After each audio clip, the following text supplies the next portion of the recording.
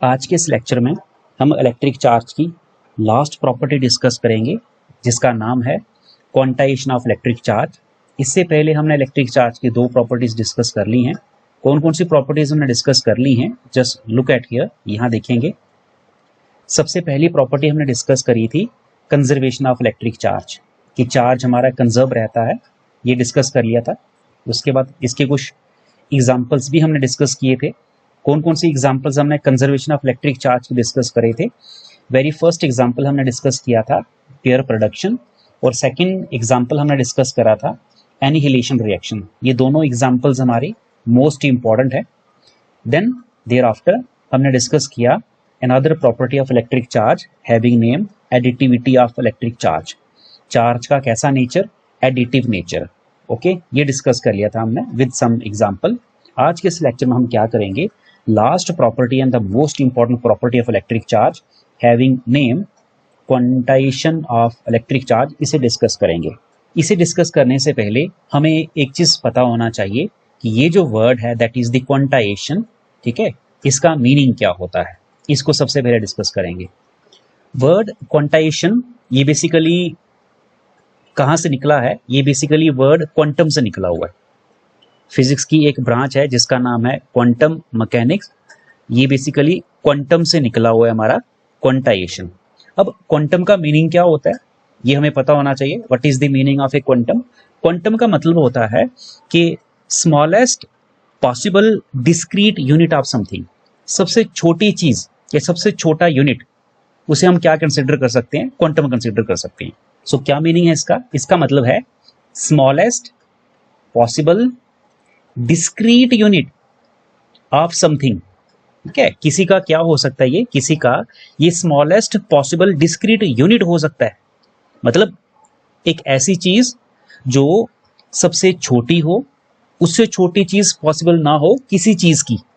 ठीक है, मैं फिर से रिपीट कर रहा हूं, क्वांटम का मतलब क्या है। क्वांटम का मतलब ये है कि इस फिजिकल वर्ल्ड में जो भी चीज हो, है ना, यहां समथिंग लिखा हुआ है, जो भी चीज हो उसका स्मॉलेस्ट पॉसिबल डिस्क्रीट यूनिट, मतलब उससे छोटा कुछ नहीं हो सकता।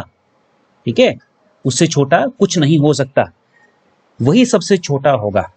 उसी को आप क्या कंसीडर करोगे, उसी को आप क्वांटम कंसीडर करोगे। जैसे स्मॉलेस्ट पॉसिबल डिस्क्रीट यूनिट लिखा हुआ है यहाँ पे, discrete unit. Okay, discrete unit का मतलब क्या होता है आगे डिस्कस करेंगे, बट क्वांटम का मतलब देख लो यहाँ पर आप, smallest possible discrete unit of something.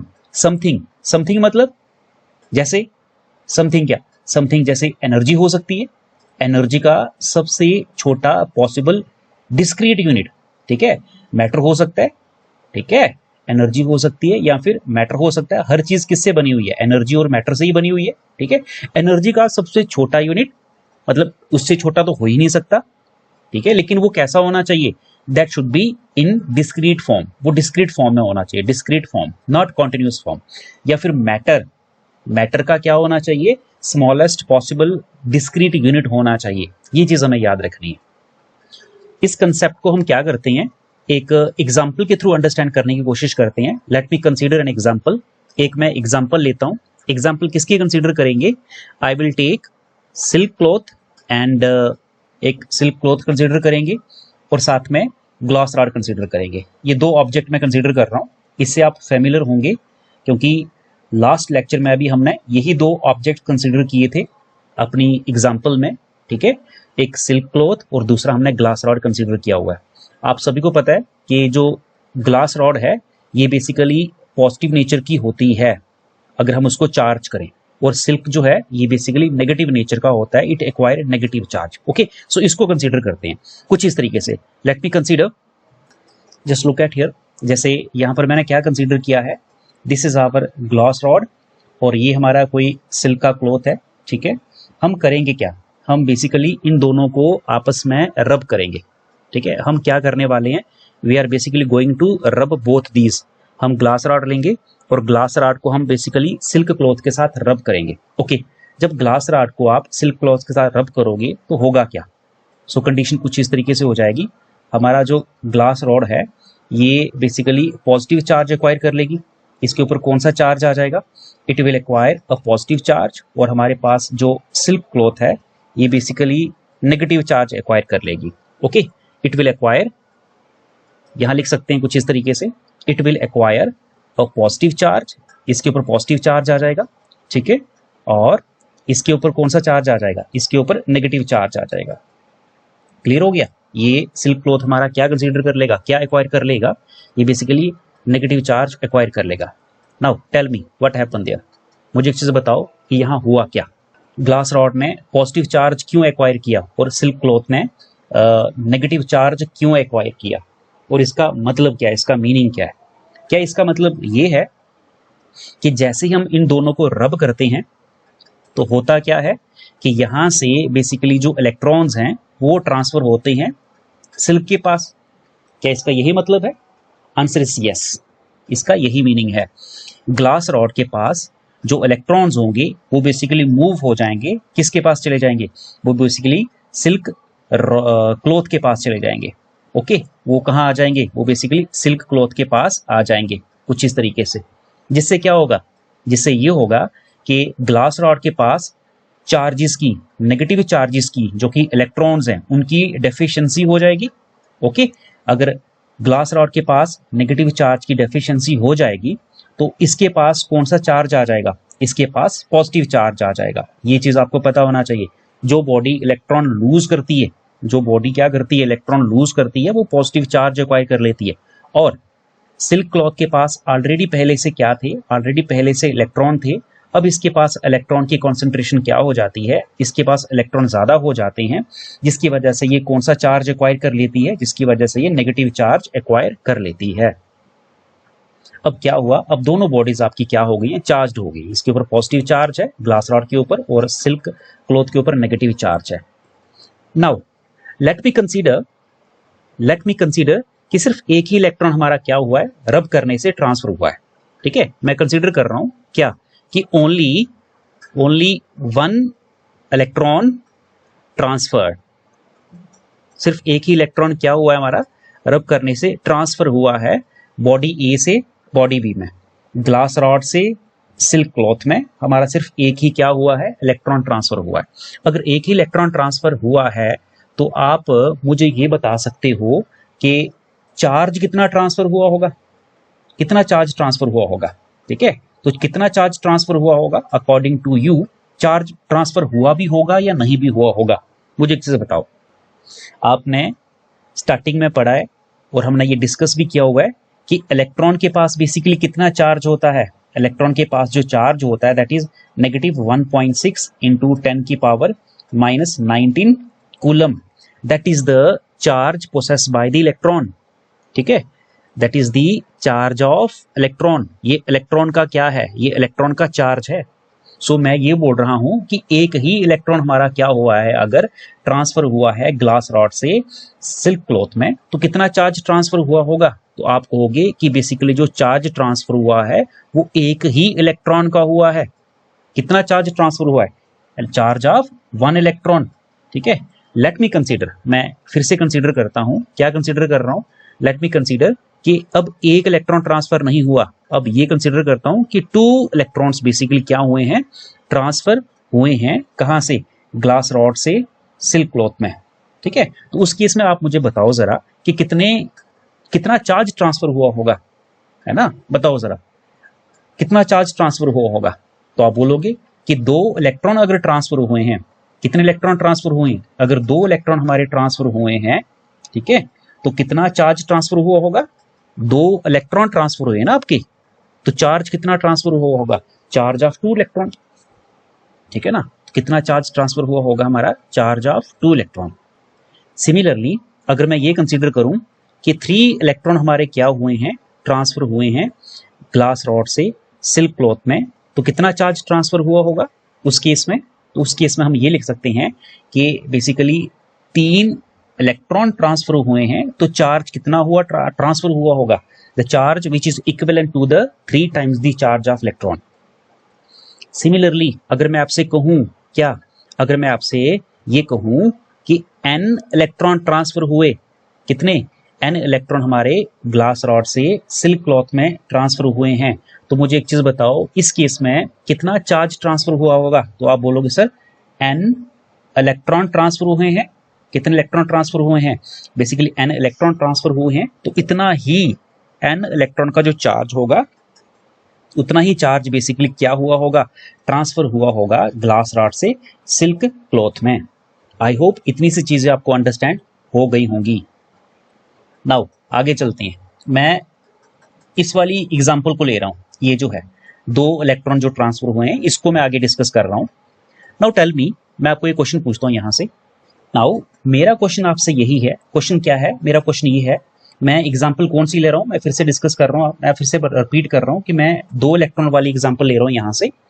मेरा क्वेश्चन आपसे यही है कि what is the amount of charge basically received by the silk cloth. जब हम ग्लास रॉड और सिल्क क्लॉथ को रब करते हैं तो लेट मी कंसीडर कि 2 इलेक्ट्रॉन क्या होते हैं हमारे, ट्रांसफर होते हैं ग्लास रॉड से सिल्क क्लॉथ में। मेरा क्वेश्चन आपसे यही है कि what is the amount of charge received by the silk cloth. Silk cloth कितना चार्ज रिसीव करेगा जब क्या होगा, जब 2 इलेक्ट्रॉन हमारे ट्रांसफर होंगे। तो आपका आंसर हो सकता है कि यस, क्योंकि 2 ही इलेक्ट्रॉन हमारे ट्रांसफर हुए हैं ग्लास रॉड से सिल्क क्लॉथ में, तो आप कह सकते हो कि चार्ज ऑफ 2 इलेक्ट्रॉन, है ना, चार्ज ऑफ 2 इलेक्ट्रॉन, 2 इलेक्ट्रॉन का जितना चार्ज होता है उतना ही बेसिकली क्या ट्रांसफर हुआ होगा, चार्ज ट्रांसफर हुआ होगा। ओके, एक क्वेश्चन और है मेरा, नेक्स्ट क्वेश्चन है what is the amount of charge transferred, amount of charge transferred by the glass rod.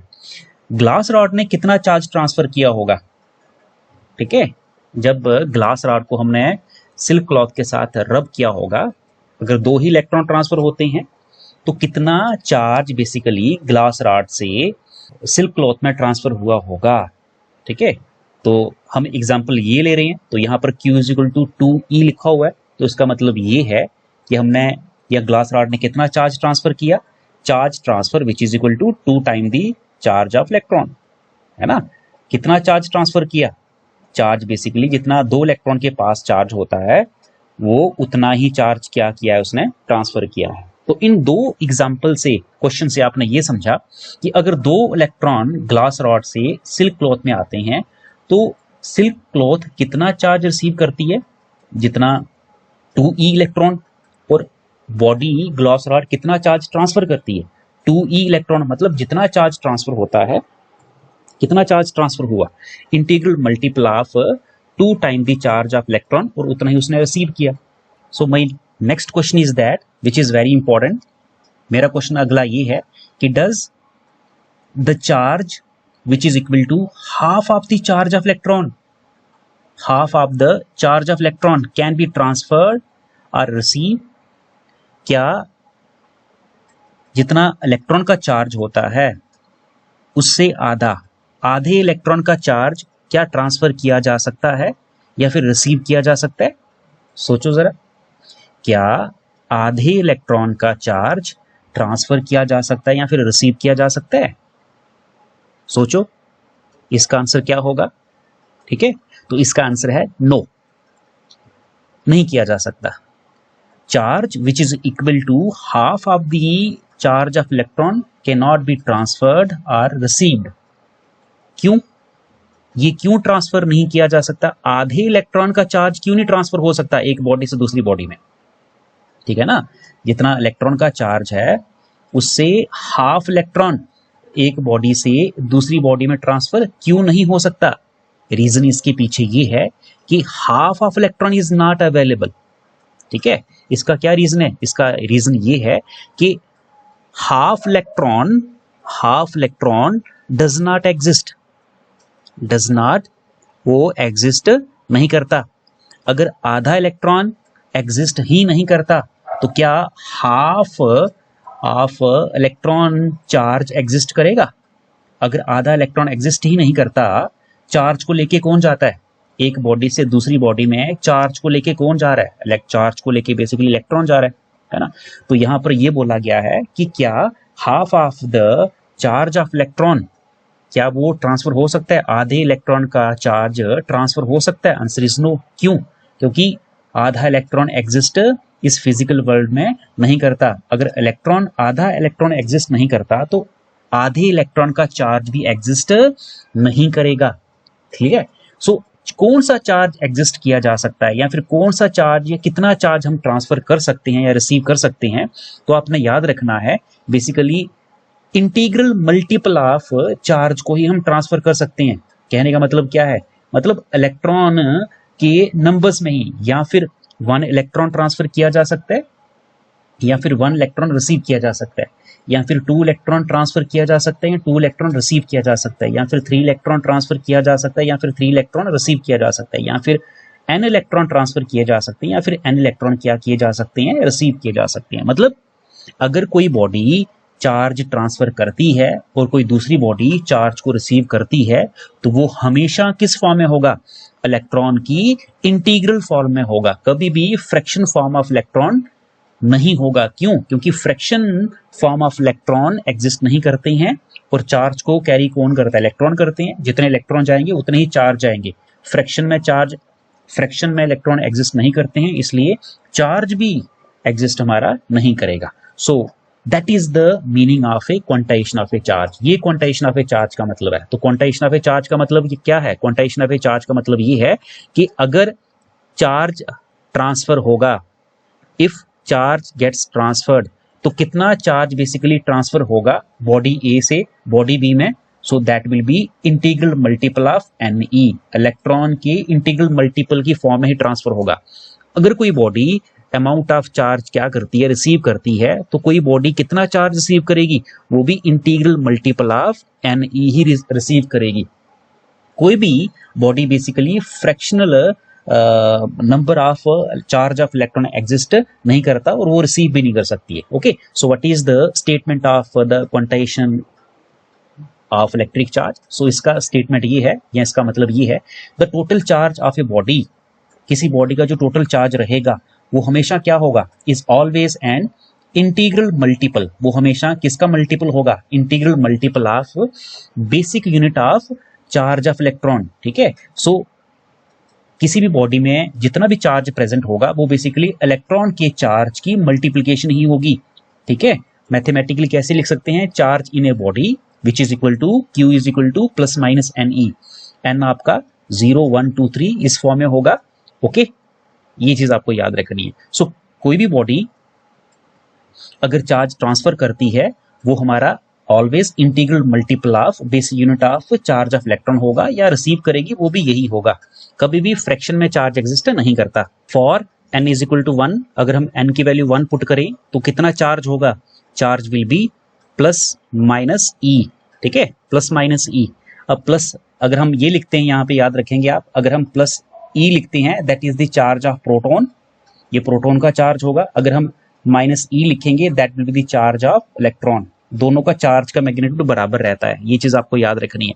सो कितना हो जाएगा ये 1.6 इंटू 10 की पावर माइनस 19 कूलम, ये चार्ज होगा। अगर N2 लिखोगे तो चार्ज कितना होगा, that will be plus minus 2E। Okay, तो ये कितना आ जाएगा, ये आपका बन जाएगा 3.2 इंटू 10 की पावर माइनस 19 कूलम। सिमिलरली अगर 3 इलेक्ट्रॉन हमारे ट्रांसफर होते हैं तो ये आ जाएगा 3E। तो चार्ज कितना बन जाएगा ये, that will be 4.8 into 10 की power minus 19 coulomb and so on।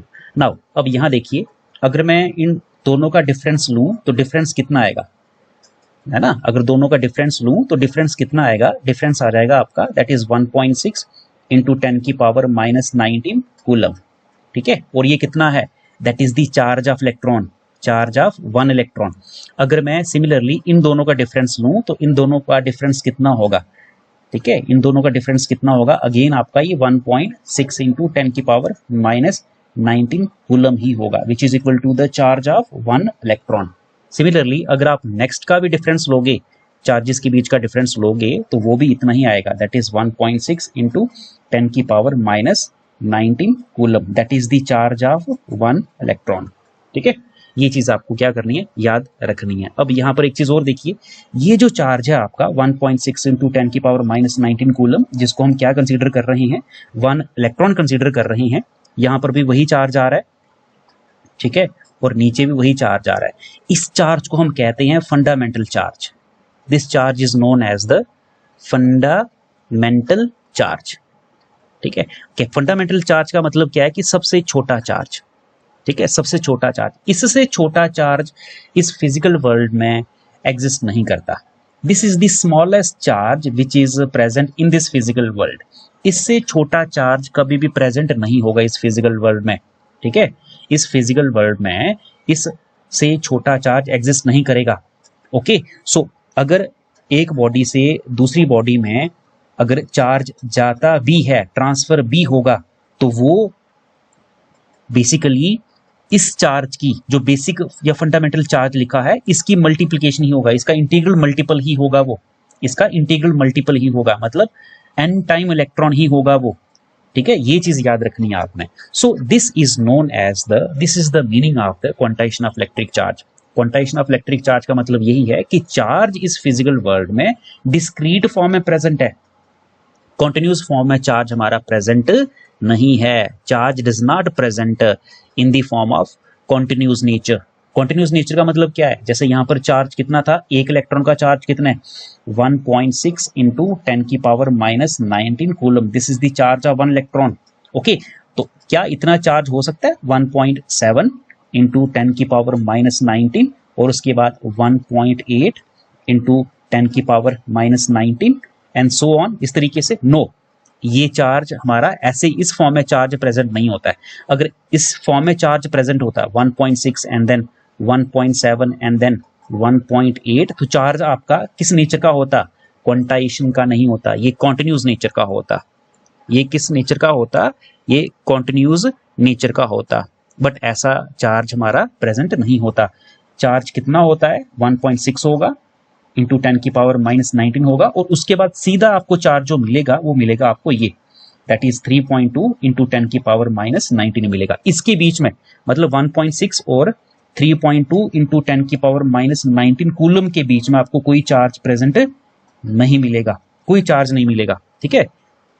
ये चीज आपको याद रखनी है।